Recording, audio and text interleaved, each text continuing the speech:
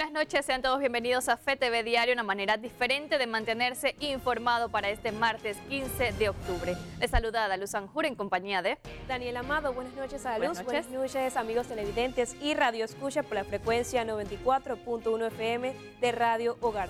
Vamos con los titulares para esta noche.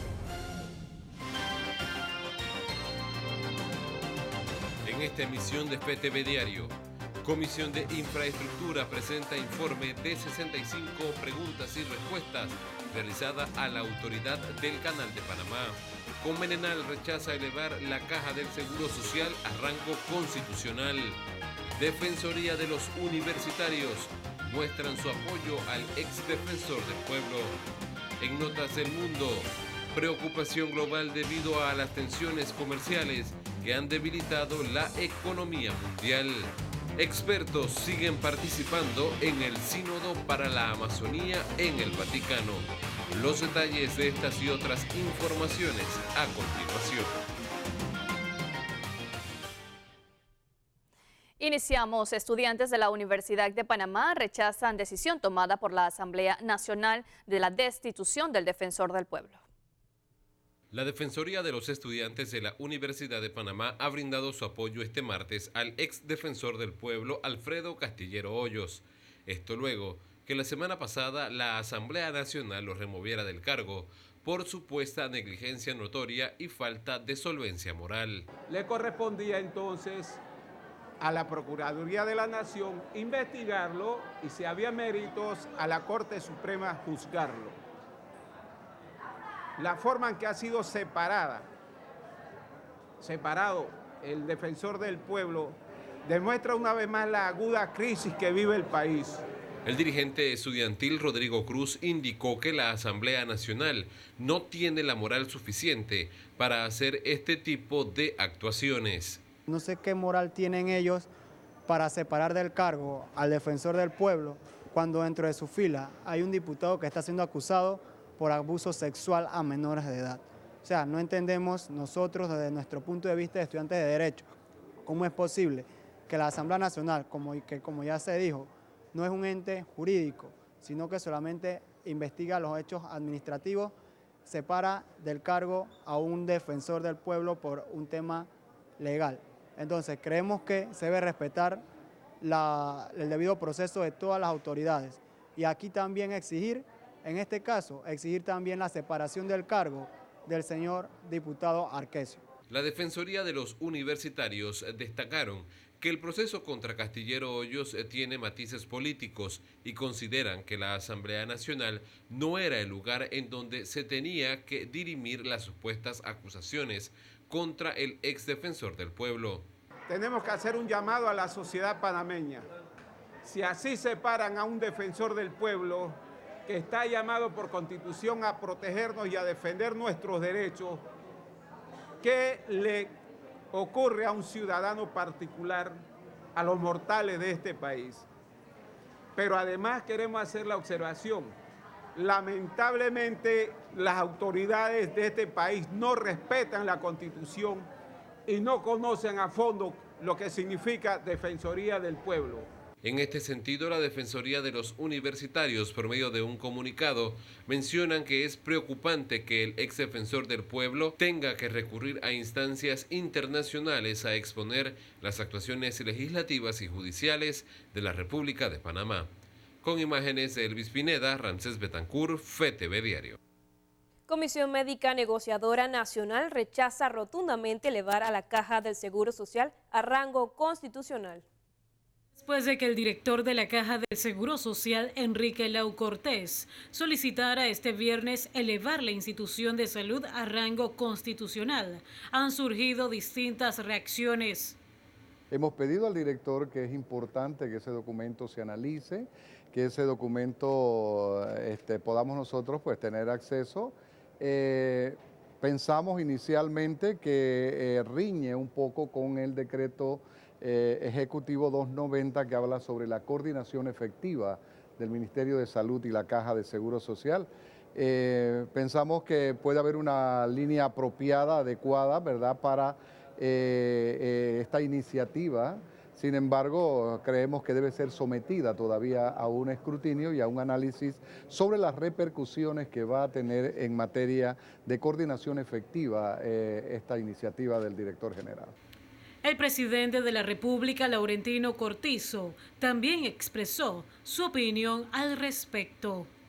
Hay muchísimos temas y esa va a ser una discusión rica, no solamente desde el punto de vista de lo que se requiere, las modificaciones que se requieren en el legislativo, en el ejecutivo, por ejemplo, el tema de subir descentralización a rango constitucional, sino también en temas de justicia.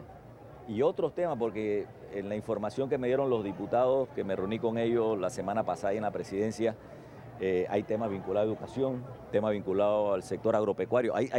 Hay muchos temas que recogió la Comisión de Gobierno a lo largo y ancho del país, no solamente estos 3 temas vinculados a los órganos del Estado. También se habla de elevar la Caja de Seguro Social de rango constitucional. Ese es otro tema que se incluyó, es más, ese lo solicitó el nuevo director de la Caja.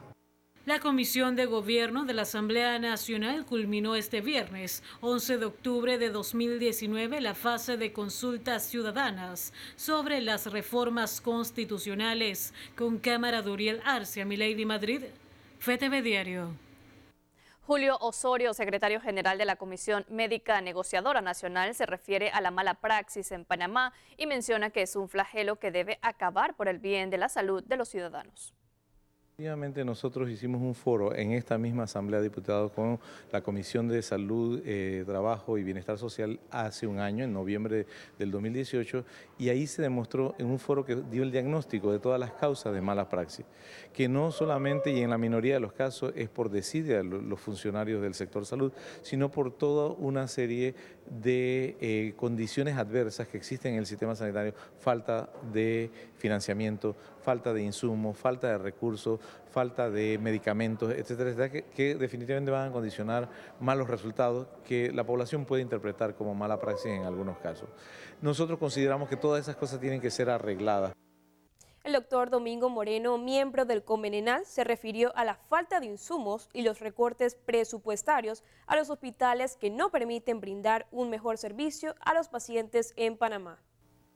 Al igual que en educación, los recortes en salud son muy sensitivos. Nosotros tenemos una población que está demandando más servicios, mejores servicios, que todo lo que se refiere a laboratorios, a la consulta, todo eso se dé de manera más expedita. Con menos dinero esto se hace mucho más difícil.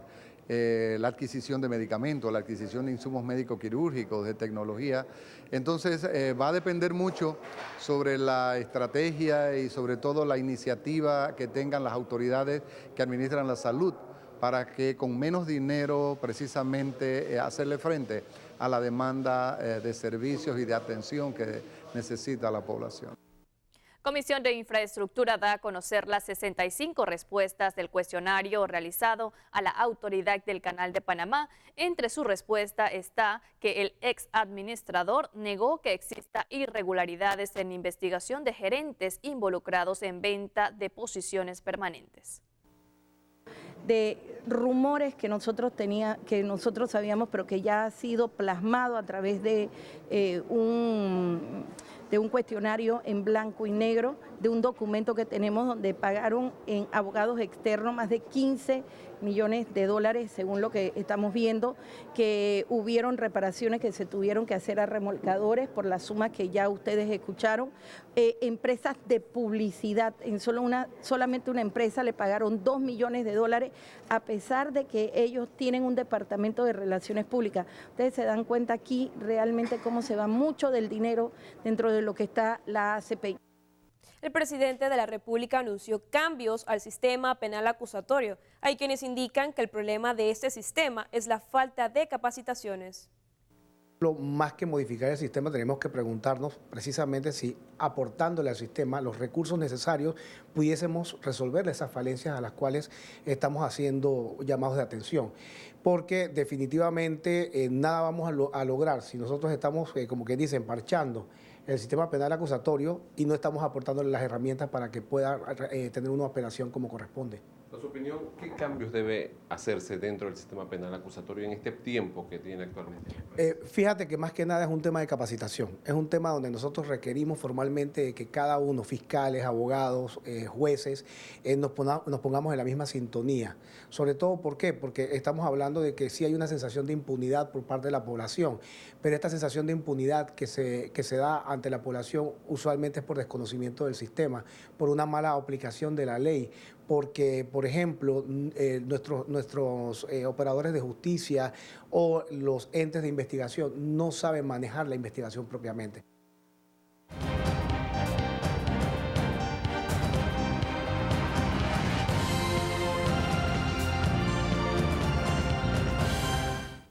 Buenas noches, amigos televidentes. Ustedes espero que le hayan dado seguimiento, como le hemos dado aquí, a la situación en Ecuador, donde incluso hasta el Papa Francisco este fin de semana, este domingo, se pronunció sobre aquella crisis. Yo quisiera que nosotros los panameños nos viéramos reflejados en ese espejo. ¿En cuál?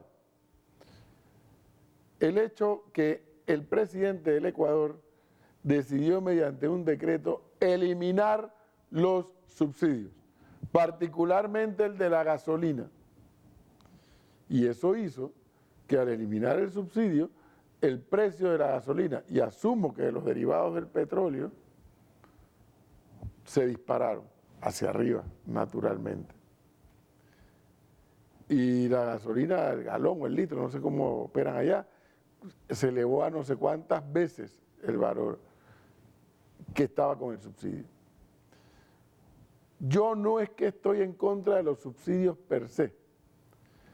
De lo que estoy en contra es que los subsidios sean eternos, porque en el momento en que algún gobierno, por estrechez económica, decide comenzar a eliminarlos, quienes son favorecidos con esos subsidios asumen no que es un subsidio, sino que es un derecho adquirido.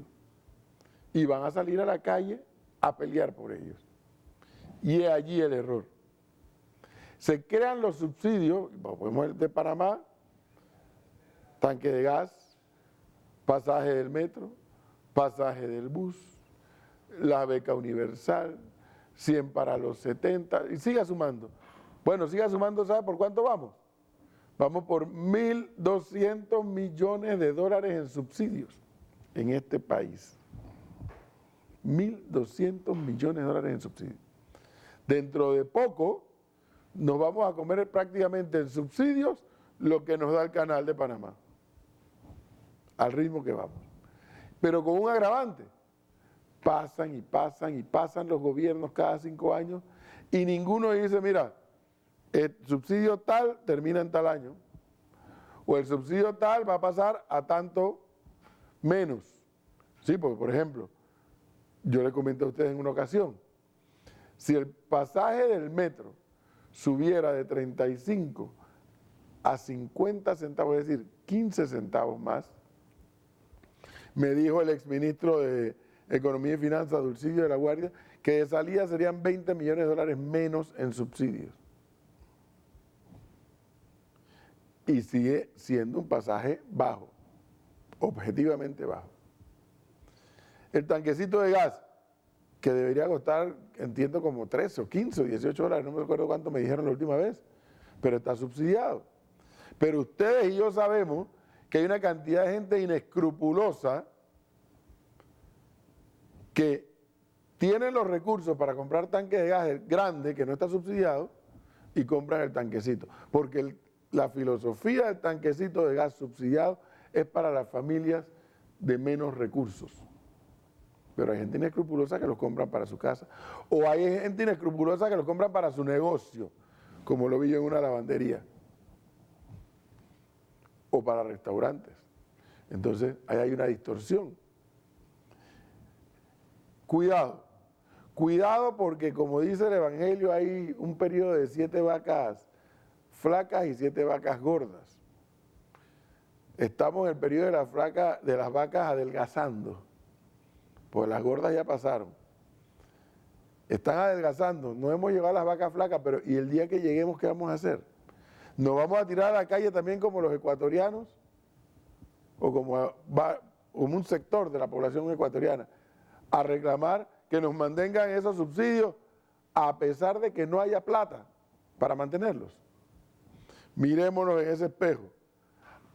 Tengo que apelar a ustedes, es decir, a nosotros, los gobernados, como también a los gobernantes, que se nos diga de toda esa cantidad de subsidios que gastamos, 1.200 millones de dólares anuales, cuáles se pueden ir recortando, cuáles se pueden ir eliminando, cuáles hay que mantener. Claro, cuáles hay que mantener, porque habrá algunos donde el Estado tiene que ser solidario por algún tiempo. Porque viene la otra historia, tú creas el subsidio para contribuir a que la gente de menos recursos tengan un espacio para moverse económicamente, pero ¿por cuánto tiempo? Si es ad infinitum, entonces está fallando el subsidio, porque la idea del subsidio es sacarlos de allí para que a partir de allí puedan movilizarse económica y socialmente. Démosle seguimiento a la situación de Ecuador. Se ha tranquilizado un poco hoy después de una cantidad de muertos, heridos, vandalismo, perturbación política, social, económica, pero ayer se sentaron las dos partes y ya derogaron el decreto. Vamos a ver hasta dónde pueden llegar para tranquilizar al país y volver a discutir sobre el tema.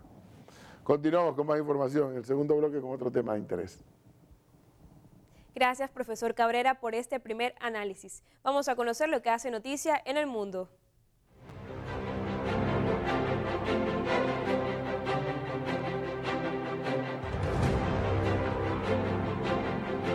El presidente de Estados Unidos, Donald Trump, anuncia represalias contra Turquía por su intervención en Siria e impondrá aranceles. Estados Unidos respondió el lunes con medidas contra Turquía por su incursión militar en Siria. El presidente Donald Trump dijo en Twitter que estaba preparado para destruir la economía turca, al tiempo que autorizó congelar los activos de los ministros de Defensa, Interior y Energía y la prohibición de realizar transacciones directas o indirectas con Estados Unidos. La Casa Blanca también canceló las negociaciones para un acuerdo comercial con Turquía valorado en $100.000 millones y reinstaló aranceles del 50% al acero turco. Trump había sido duramente criticado incluso por diputados de su partido después de retirar tropas estadounidenses que habían servido como un efectivo amortiguador contra la invasión turca. La operación de Ankara tiene como objetivo declarado alejar de la frontera a la principal milicia kurda, que ha sido el principal aliado de Occidente en la lucha contra el grupo yihadista Estado Islámico, pero que Turquía considera una organización terrorista. El Fondo Monetario Internacional alerta que la economía mundial se está desacelerando a su nivel más débil desde la crisis del 2008. La economía mundial crecerá 3% este año, su nivel más bajo desde la crisis financiera de 2008. La previsión fue anunciada el martes por el Fondo Monetario Internacional, que prevé un crecimiento de 3.4% para 2020. La perspectiva global sigue siendo precaria, con una desaceleración sincronizada y una recuperación incierta. Con un crecimiento de 3% no hay margen de error y hay una necesidad urgente de medidas para respaldar el crecimiento. Según el FMI, la economía se ve lastrada por tensiones comerciales que derribaron la confianza de las empresas y la inversión.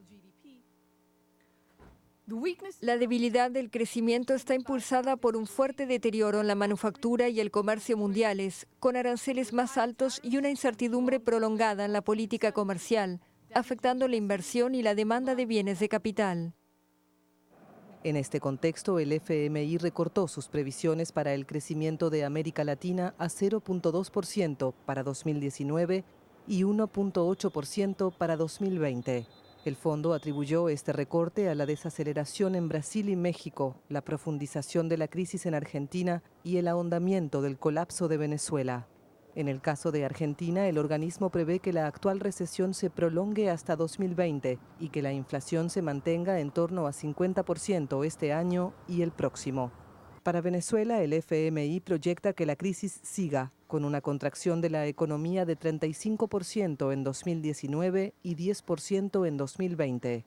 También pronosticó un alza de los precios de 200.000% en 2019, muy inferior a su proyección inicial de una inflación de 1.000.000% para este año.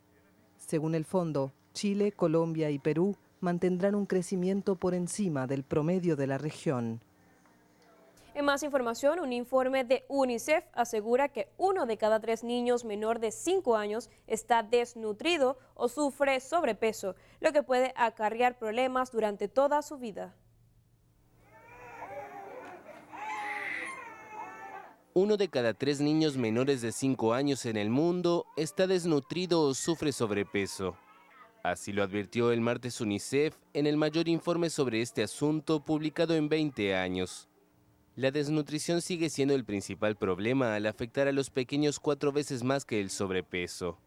El número de niños que no recibe suficiente comida respecto a sus requerimientos nutricionales retrocedió un 40% entre 1990 y 2005, pero prevalece como un problema mayor en muchos países, especialmente en África subsahariana y en Asia del Sur.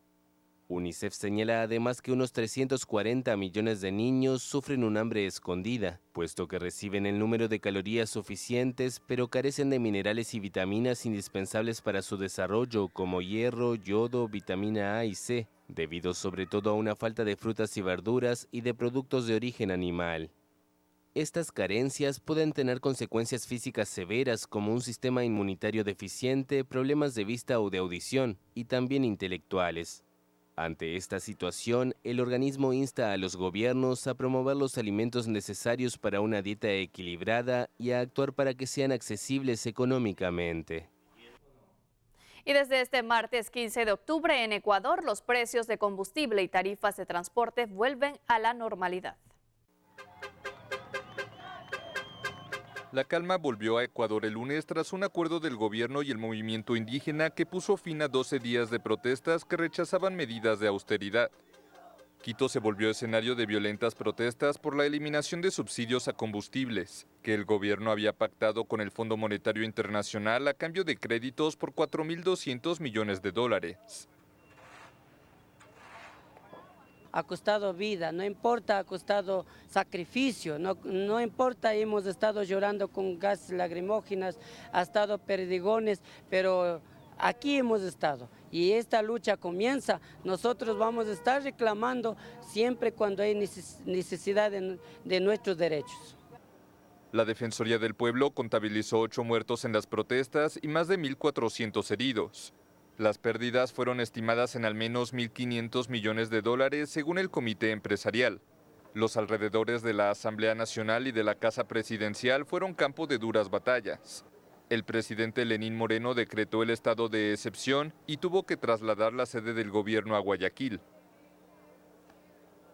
Estos días nos deben enseñar a valorar la paz, la estabilidad, la seguridad. Juntos, aplicando el peso de la ley cuando es necesario y el diálogo cuando es posible. Enfrentamos un intento de desestabilización del gobierno y el país. El presidente Moreno responsabilizó a su antecesor y exaliado Rafael Correa de un plan de desestabilización, presuntamente apoyado por el mandatario venezolano Nicolás Maduro y políticos ecuatorianos. La prefecta de la provincia de Pichincha, Paola Pavón, fue arrestada el lunes para investigación y 7 correístas, incluidos 4 asambleístas, se refugiaron desde el sábado en la Embajada de México en Quito. En Brasil se desplomó un edificio residencial de 7 pisos. Los bomberos confirmaron que podría haber entre 10 a 15 personas atrapadas entre los restos del inmueble. Derrumbe mortal en Fortaleza, en el noreste de Brasil. Al menos una persona murió y una decena permanecían desaparecidas el martes al desplomarse un edificio residencial de 7 pisos. Los bomberos rescataron a 8 personas, una sin vida, y seguían buscando sobrevivientes bajo los escombros. El edificio está ubicado en Dionisio Torres, un barrio de clase media alta de Fortaleza y cercano a la playa de Iracema, una de las principales atracciones de la zona. Luego de conocer la actualidad internacional, vamos a hacer nuestra primera pausa aquí en FETV Diario. Así es, Adaluz, no cambia de canal, ya volvemos con más información.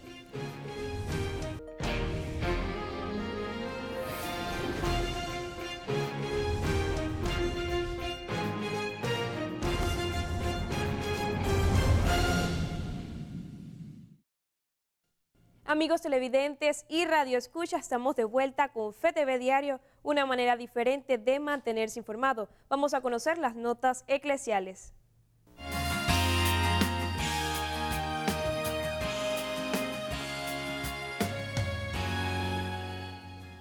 Investigadores piden apoyo al Papa Francisco para lanzar vacuna contra la tuberculosis.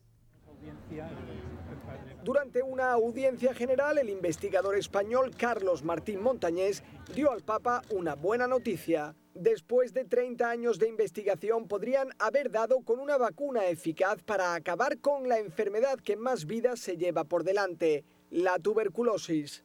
Papa Francisco, soy un investigador de la Universidad de Zaragoza trabajando en una vacuna de tuberculosis desde hace 30 años. Necesitamos su ayuda espiritual y su ayuda de compromiso con las personas más desfavorecidas, con las poblaciones más pobres, para poder luchar contra esta enfermedad.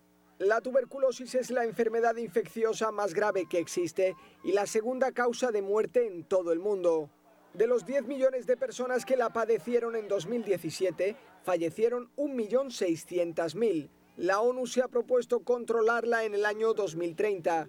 La vacuna del equipo del doctor Martín Montañés les puede ayudar porque es eficaz también cuando se transmite por vías respiratorias. La han probado en animales y humanos y se encuentra en la fase previa a su lanzamiento definitivo. Cuanto antes se pueda empezar a utilizar, antes vamos a poder estar en esta situación de ayudar a controlar la enfermedad. El doctor Martín Montañés viajó a Roma acompañado del profesor jesuita que en el colegio le enseñó ciencias. Están orgullosos de la repercusión humanitaria de la vacuna. Fue Carlos Martín Montañés, uno de mis primeros alumnos, que ciertamente, como se suele decir, el alumno ha superado al maestro con creces. Dice que la vacuna ya ha sido suministrada con éxito a bebés y a adultos en Suiza y en Sudáfrica. Actualmente se está probando su utilidad y seguridad con otros grupos de población. Ahora depende del interés de gobiernos e instituciones. Cuanto antes se obtengan los resultados, antes se comprobará su eficacia y antes podrán empezar a distribuirla. Justo para eso han buscado el apoyo del Papa. El Papa Francisco nombró este martes 15 de octubre a Gianluca Gauzi Brocoletti, director de la Dirección de Servicios de Seguridad y Protección Civil del Estado de la Ciudad del Vaticano y comandante del Cuerpo de Gendarmería, sustituyendo así a Domenico Gianni, cuya renuncia fue aceptada el lunes 14 de octubre. La renuncia de Gianni se debió, según un comunicado de prensa difundido por el Vaticano, a que el pasado 2 de octubre algunos medios de comunicación publicaron una orden confidencial firmada por el comandante de la Gendarmería Vaticana sobre las consecuencias de ciertas limitaciones administrativas impuestas a personal de la Santa Sede. En otras noticias, el Sínodo para la Amazonía sigue desarrollándose en el Vaticano. Estos son algunos de los puntos claves que se están estudiando. El Papa ha convocado a 185 obispos, expertos y jefes indígenas para el Sínodo de la Amazonia. Francisco convocó este sínodo hace 2 años y adelantó sus temas. La Amazonia se extiende a lo largo de 8 millones de kilómetros cuadrados y 9 países. Arroja en el Atlántico un 20% del agua dulce del planeta y alberga del 10 al 15% de la biodiversidad terrestre. Es la segunda zona más vulnerable del planeta después del Ártico. Hoy la deforestación es de entre el 15 y el 20%. Si se supera el umbral de una deforestación del 40% o de 4 grados de calentamiento, el Amazonas no se recuperará. El Papa piensa que sus problemas tendrán repercusiones en todo el mundo. En la cuenca del Amazonas viven unos 35 millones de personas. De ellos, 2,8 millones son indígenas, pertenecen a 390 pueblos y suman 240 lenguas. Hay 137 pueblos indígenas que viven en aislamiento voluntario. Los indígenas llevan allí siglos y consideran que su tierra es sagrada porque allí están enterrados sus antepasados. pero no tienen ninguna protección jurídica, son considerados ciudadanos de segunda categoría. Sus territorios son entregados a multinacionales que los explotan impunemente y les obligan a trabajar a menudo en condiciones muy desfavorables. El Papa quiere combatir la globalización de la indiferencia y dar voz a quienes no la tienen. Propone dar a conocer la Amazonia para no quedar indiferentes al sufrimiento de sus habitantes. La Amazonia es una de las zonas más remotas cultural y geográficamente. Para que allí se consolide el cristianismo, hacen falta misioneros dispuestos a vivir en un entorno natural muy difícil y con unas categorías culturales muy distintas. Se trata de apreciar sus tradiciones y su cultura y transmitir la fe sin imponerles otros esquemas culturales. El documento de trabajo hace propuestas muy originales.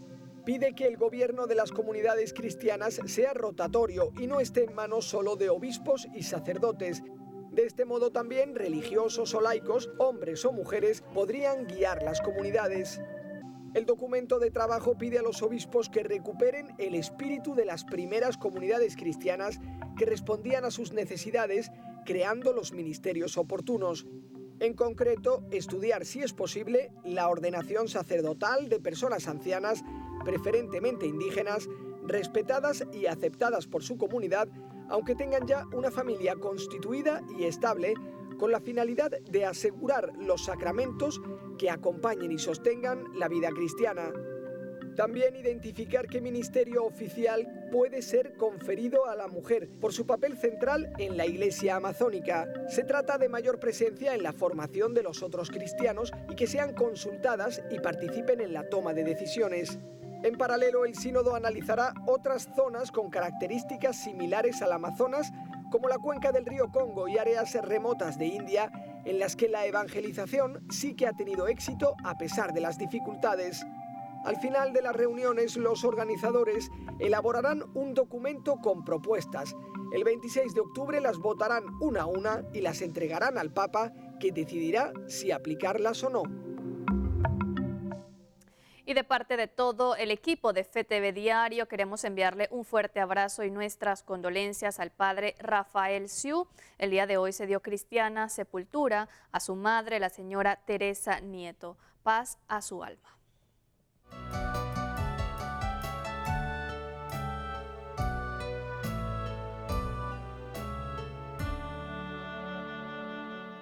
Muy buenas noches, amables amigos fetevidentes. Ya sabemos que continúa el sínodo de la Amazonía en el Vaticano. Y también hay voces del Vaticano, precisamente donde nos habla que ha renunciado el encargado de la seguridad y el Papa ha nombrado otro por asuntos de las finanzas. Como esa noticia está en desarrollo, todavía me parece que no debemos comentarla, ¿no? Lo que sí que la semana pasada el que estaba encargado de la investigación tomó las computadoras, discos duros. Obviamente eso fue un escándalo porque se está haciendo una investigación acerca de la finanza del Vaticano y esto termina pues incautando este equipo. Ahora el Papa ha nombrado un nuevo jefe después de que el anterior estuvo 20 años allí y se habla de que hay un cardenal envuelto en alguna malversación de estos fondos. Pero yo quisiera comentar con ustedes también un episodio que ha sido doloroso nuevamente por una marcha que se ha llevado a cabo el pasado fin de semana en Mar del Plata, en Argentina. Un grupo de feministas nuevamente al finalizar la marcha trataron de incendiar la catedral de Mar del Plata. Realmente esto es un hecho vergonzoso y doloroso. Ser feminista, al menos en Argentina, es sinónimo de odio a la iglesia y de violencia. No es la primera vez. Estos grupos, al terminar sus manifestaciones, donde exigen derechos, no sé en concreto qué derechos, porque es obvio que abortan, es obvio que pueden tener relaciones lésbicas o homosexuales, porque la marcha era de GLTB y era de feminista, pero terminan incendiando al frente de la iglesia con una amenaza de destruir la iglesia. Es doloroso, ¿no? Porque un movimiento que puede tener justas aspiraciones en algunas cosas, ya se está viendo como un movimiento de violencia. Ahora yo pienso que estas chicas que corean y escupen y blasfeman, pienso yo que tienen un pasado herido, doloroso, y que necesitan de nuestras oraciones y también de atención. Todos los años se repite esta historia, y no solo en Argentina, también en Chile, también en Italia, también en España. Pareciera que uno de los frentes o de los objetivos de las corrientes feministas es destruir las iglesias. Yo pienso que, bueno, la seguridad siempre debe velar por estas cosas y debemos promover la paz, la tolerancia y el respeto siempre. Con eso, lo que se ganan la mayoría es el rechazo de la nación. Y seguimos con más, queridos amigos. Adelante. Gracias, padre, por compartir con nosotros su enfoque pastoral. Cambiamos de asunto y es que Expo Manualidades abre sus puertas a todo el público a partir del 18 hasta el 20 de octubre en Atlapa. Una gran cantidad de diseños artesanales confeccionados a mano por miembros de distintas fundaciones de Panamá y privados de libertad serán ofrecidos al público en Expo Manualidades.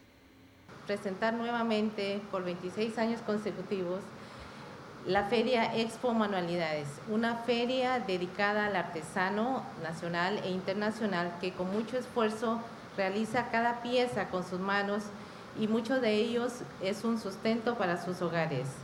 La Feria de Manualidades este año viene con muchas innovaciones.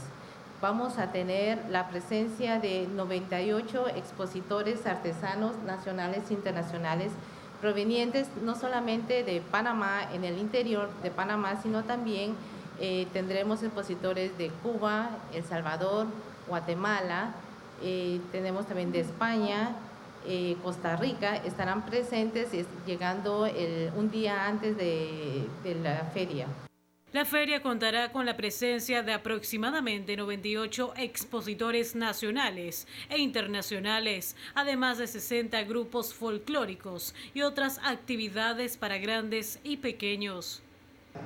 Para la Fundación Latidos es un gran honor formar parte de este gran evento, ya que es una ventana de exposición para la labor que realiza la Fundación. Para los que no nos conocen, les cuento un poco. Nosotros atendemos a los niños con cardiopatías congénitas y a sus familias. En Expo Manualidades tenemos la oportunidad de que las madres de los niños con cardiopatías congénitas puedan exponer y también ofrecer los productos que puedan hacer desde las economías del hogar. Las manos de las personas que se encuentran en los centros penitenciarios también hacen realidad esta exposición artesanal, expresó Luis Gordón, asesor del sistema penitenciario. Agradecemos infinitamente a los organizadores darnos la oportunidad al sistema penitenciario como tal y a las personas privadas de libertad, hombres y mujeres en distintos centros penitenciarios del país, de exponer el arte que ellos realizan. Los privados, el sistema penitenciario tiene una marca registrada que se llama Integrarte, a través de los cuales los distintos centros hacen las exposiciones de sus artesanías.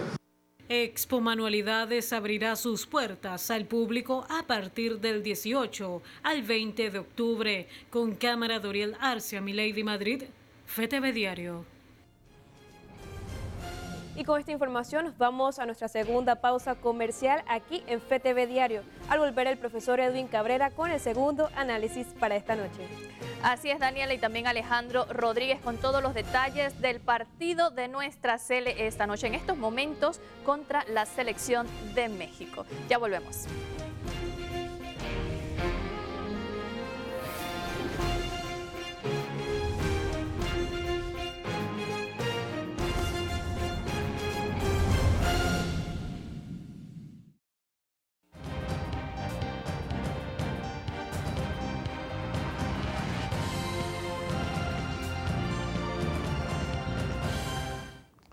De regreso, amigos televidentes. Bueno, y creo que si ya no ha comenzado, está por comenzar a esta hora, ya debe haber comenzado, sí, el partido de fútbol entre Panamá versus México. Y naturalmente a los seguidores del fútbol, pues, siguen al equipo como debe ser, en las buenas o en las malas. Y a los que no somos seguidores del fútbol, pero que somos panameños, también tenemos que apoyar a nuestro equipo en las buenas y en las malas. Pero eso nos debe llevar también a otra discusión y a otra reflexión, no solamente por el equipo de fútbol, sino por el desarrollo del deporte en general. Recientemente, la actual administración del presidente Cortizo, a buena hora, creó el Ministerio de Cultura. Y yo no sé ustedes, pero yo por lo menos me he sentido satisfecho, no solamente de la creación del dicho ministerio, sino de la persona que ha puesto a dirigir el ministerio y el equipo que está articulando. Excelente. Pero y me hago la pregunta, ¿y el deporte cuándo? ¿Cuándo vamos a buscar a alguien, y esto es con el presidente Cortizo, cuándo vayan a buscar a alguien que le ayude desde adentro de la presidencia de la República, del equipo que él tiene ahí armado, a repensar y a replantearnos el deporte en este país? Todo tipo de deporte, como lo dijo el propio Cortizo en su campaña, todo tipo de deporte, pues el deporte recreativo, el deporte que termina siendo lucrativo, el deporte competitivo, bueno, toda la gama. ¿Cuándo le metemos cabeza? ¿Por qué? Porque en una sociedad donde el Estado le invierte tiempo y recursos, tanto a la cultura como al deporte, y que al mismo tiempo está dando los pasos necesarios para mejorar la educación, siendo la cultura y el deporte ejes transversales en la educación y en el desarrollo integral del ser humano, en esa misma medida una sociedad que se va elevando económicamente, culturalmente, deportivamente, políticamente, socialmente, en todo sentido. Educación, cultura, deporte. Le abre oportunidades a la gente joven. Esa gente que son producto de un buen modelo educativo, esos que practican cultura, esos que practican deporte, es un grupo dentro de la población, es una generación que se va levantando con una perspectiva diferente, con una visión diferente, con objetivos claros, con disciplina. Yo creo que si el Ministerio de Cultura de la administración del presidente Cortizo despega y despega bien, como creo que está despegando bien, llega el momento entonces también de evaluar, repensar qué vamos a hacer con el deporte, justamente a esta hora cuando la Selección Nacional de Fútbol juega contra la de México. Continuamos con más información. Muchas gracias, profesor Cabrera, por este segundo análisis. Y ya se encuentra preparado Alejandro con la información deportiva.